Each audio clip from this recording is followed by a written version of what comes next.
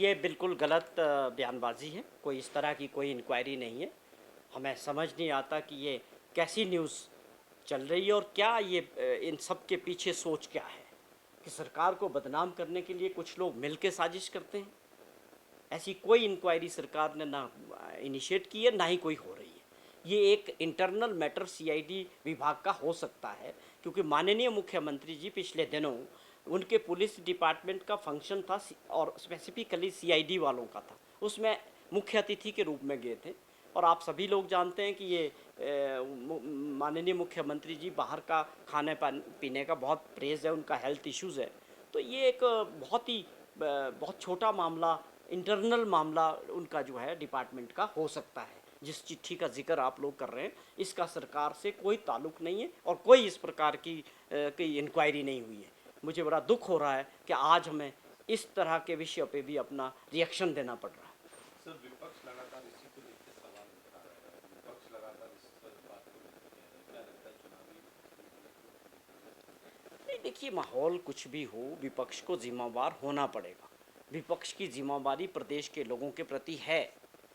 आप विपक्ष में हैं, आप पिछले दिनों सत्ता पक्ष में भी थे। जिम्मेवारी के साथ होना चाहिए, लेकिन भाजपा में दुर्भाग्यपूर्ण जो लीडरलेस जैसी भाजपा हो चुकी है हिमाचल प्रदेश में, इसके चार चार दिशा में भाजपा जा रही है। लीडरलेस होने की वजह से, स्ट्रेटजी ना होने की वजह से अपनी प्राथमिकताएं तय नहीं कर पा रही है भाजपा हिमाचल प्रदेश में। आपको राष्ट्र के चुनाव, दूसरे राज्यों के चुनाव के मद्देनज़र आप अपने प्रदेश का बदनामी करने में लगे हो। किसी भी विषय पे गंभीरता होनी चाहिए। आपको तो अपना प्रदेश का भला होना चाहिए, वो देखना चाहिए।